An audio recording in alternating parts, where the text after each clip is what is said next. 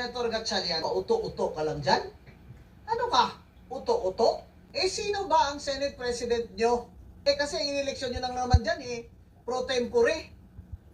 Majority Leader, Secretary of the Senate, tsaka bagong Sergeant at Arms. Wala naman kayong ineleksyon na Senate President, Alam nyo kung bakit wala?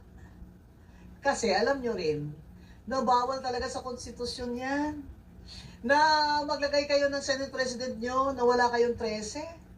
Kasi alam nyo naman, at inaamin nyo naman yan, itong nakaraang araw lang, dahil siguro nahimasmasa na kayo, siguro nakapag-seminar na itong si Senator Gatchalian, si Ping Lacson, at si Tulfo at si Risa Ontiveros, na nakalagay talaga sa konstitusyon na ang Senate President shall be elected by a majority of all members of the Senate. Lahat. 24. Hindi sinasabing majority lamang ng kung sinong present ng araw na yun.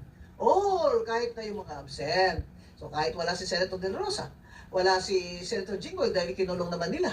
All pa rin. Dahil hindi naman sila natanggal sa posisyon at hindi naman sila pwera buyag. Hindi naman sila patay. Ibig sabihin yung opisina nila ay nandyan. Kaya kasama sila sa bilang. Yan ang konstitusyon. Yung konstitusyon will not allow them to vote for a new Senate President. So ang ginawa nila ni Gatchalian ay declared all positions vacant. Tama ba yan ginawa nila?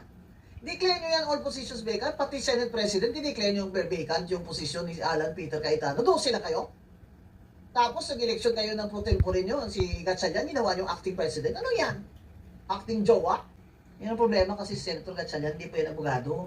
Kaya kikinig na lang yan kung sino na maka-advise sa kanya. Sayang ka. Dami-dami mong pera, wala ka namang kailangang malita. Tapos nagpapa-uto-uto ka lang dyan. Ano ka? Uto-uto?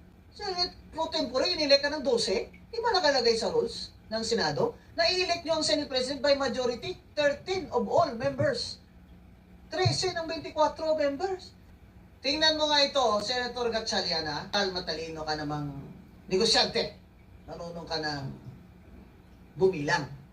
Ngayon, tanggap mo na, Senator Gatchalian, na hindi mo mapalitan si Alan Peter as Senate President kung wala kayong 13 dahil nakalagay sa konstitusyon a majority of all 24 members of the Senate. 12 lang kayo. Sa palagay mo, Senator Gatchalian, Risa at Tulfo at Ping Lacson, Bob Aquino, Kiko Pangilinan, sa palagay nyo, kung hindi kayo maka-elect ng Senate President except by majority of all the members of the Senate, palagay nyo logical ba yun na matatanggal nyo siya by only 12 votes? Mag-isip. Mga nakikinig po, mag-isip din po kayo, tulong-tulungan nyo po sila sa exam. Kung hindi kayo maka-elect o boto ng Senate President kung wala kayong 13 na minimum, dahil ayon sa Constitution ay majority of all 24, palagay nyo, makakatanggal kayo ng Senate President na 12 lang kayo? Saan ang logic dyan? Kung ayaw nyo maniwala sa Constitution at sa rules ng Senate, siguro naman may logic. Kumasa naman siguro kayo sa sa Philo 101 sa UP. Kung hindi ka maka-elect kung wala kang 13, hindi ka rin makatanggal kung wala kang 13.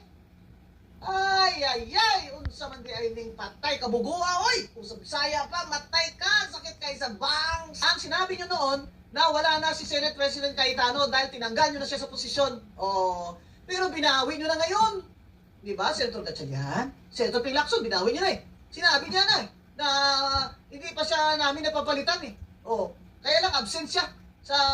May quorum kami, absent siya, kaya nag-acting president itong si Senator Gatchalian. Napauto naman ito si Senator Gatchalian. Bilyonaryo ka, may-ari ka lahat ng plastic dito sa kalibutan. Plastic man! Napauto ka! Naamin nyo na ngayon na hindi kayo pwedeng maglagay ng Senate President kung wala kayong 13. Pero tinanggal nyo siya nang kayo ay 12 lang. Saan kayo kumuha ng ganyang logic pa?